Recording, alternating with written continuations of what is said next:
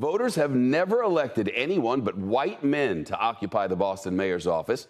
They have a female acting mayor right now in Kim Janey, but she was the replacement when President Biden named the elected mayor Secretary of Labor.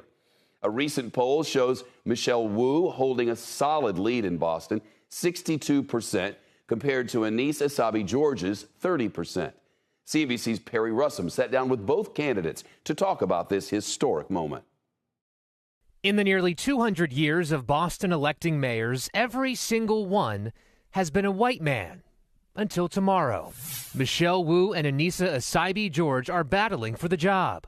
Have you had a chance just to step back and realize this moment in history for the city? I think about it every day. It's incredibly energizing to hear the excitement all across the city. They are both city councilors, both Democrats, both mothers, both women of color, and both daughters of immigrants.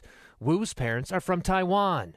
Asabi-George's parents are Polish and Tunisian. I speak a lot about my father over the course of this campaign because he said to me as a young person interested in politics, an Arab girl with an Arab name will win nothing in this city. The Centers for American Women in Politics at Rutgers University reports 25% of mayors in the U.S.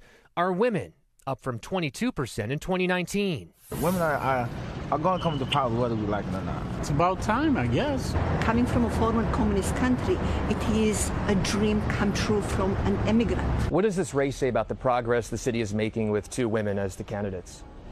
When I first ran for office 8 years ago, I never could have imagined that in just 4 election cycles we'd be here in the midst of a historic race. Wu is from Chicago and moved to the area to go to Harvard.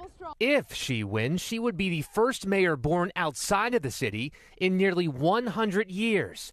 Back in 1926, Malcolm Nichols became mayor, and he was born in Portland, Maine. What's your message to young girls, young women who are interested in getting into politics? We need you right now. I know women across this country are grateful for the opportunity to lead and to inspire and to do the work.